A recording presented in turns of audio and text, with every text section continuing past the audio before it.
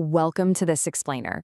Today, we're jumping right into a seriously fascinating tale from the ancient Indian epic, the Mahabharata. What we're looking at here isn't just a simple myth. It's actually a masterclass in negotiation. We're talking an epic alliance between divine powerhouses, a very clever legalistic technicality, and ultimately one of the most famous mythological origin stories out there. We're going to explore the Astika Parva, specifically section 34, to witness a legendary heist that literally altered the animal kingdom forever. Have you ever looked at a snake and wondered about that flickering, forked tongue? It's easily their most distinct physical feature, right? Well, what's really interesting is how ancient texts solved this biological mystery, not with evolutionary biology, but with a high-stakes, action-packed narrative. It's a thrilling story of deception, absolute desperation, and a cosmic elixir. Let's dive in and see exactly how this unique physical trait was born out of a legendary heist. So, let's set the stage with Section 1, an epic alliance. To truly understand what happens, we first have to meet our immensely powerful players and look at the massive conflict of interest they were facing. On one side, we have the mighty bird, Garuda. He's on a deeply personal and urgent mission. His mother is being held in bondage by the snakes due to a past deception involving the curse of Aruna. The only way he can pay her ransom and win her freedom is to bring the snakes the Amrita. That's the Soma, the celestial nectar of immortality. But on the other side, we have Indra, the chief of the gods. And Indra has a huge problem with this plan. If Garuda actually lets the snakes drink the Amrita, these already dangerous creatures will become completely immortal and oppose the gods forever. So we've got a classic unstoppable force meeting an immovable object. And this brilliantly illustrates why Indra seeks an alliance rather than a fight.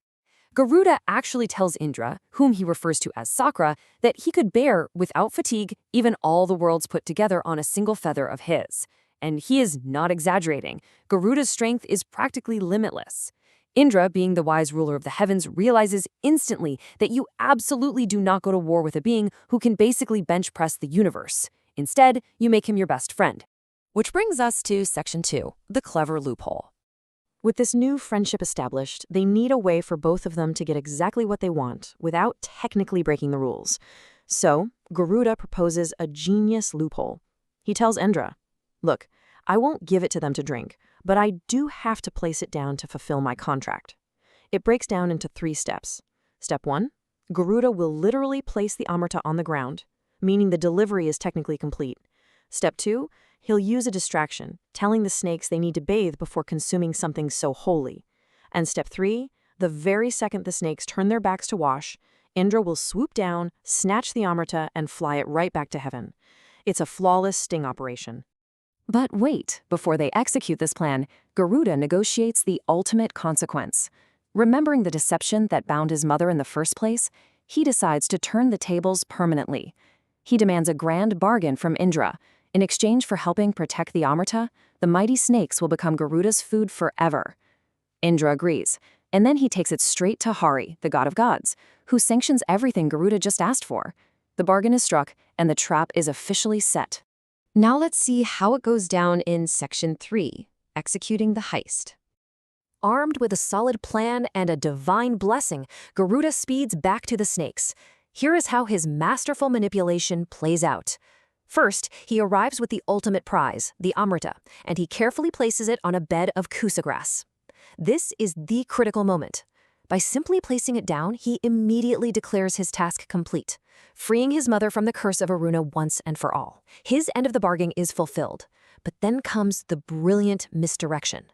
He distracts them with religious protocol, telling them they must perform their ablutions and religious rites before drinking. It sounds incredibly respectful and proper. The snakes, probably totally overwhelmed by the fact that they're about to become immortal, agree completely. They walk away, leaving the ultimate prize totally unguarded. The stage is now perfectly set. Let's look at Section 4, the lasting aftermath. The timing of what happens next changes the animal kingdom forever. This sequence operates almost like a suspenseful ticking clock. Minute 1. The snakes slither away to perform their daily devotions and bathe, fully believing they are moments away from becoming immortal gods. Minute 2. While they're totally distracted, Indra descends from the sky, grabs the Amrita right off the grass, and takes it straight back to heaven. Flawless execution. Minute 3. The snakes return in absolute joy, ready to drink, only to find a completely empty bed of grass. The text explicitly calls this a counteract of deception. They tricked Garuda's mother, and now they've been spectacularly tricked in return.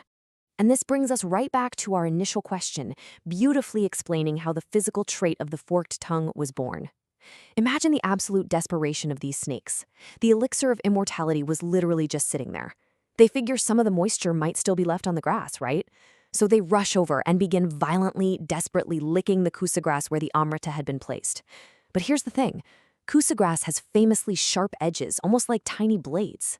By desperately licking those sharp blades to get even a microscopic taste of immortality, their tongues were sliced straight down the middle.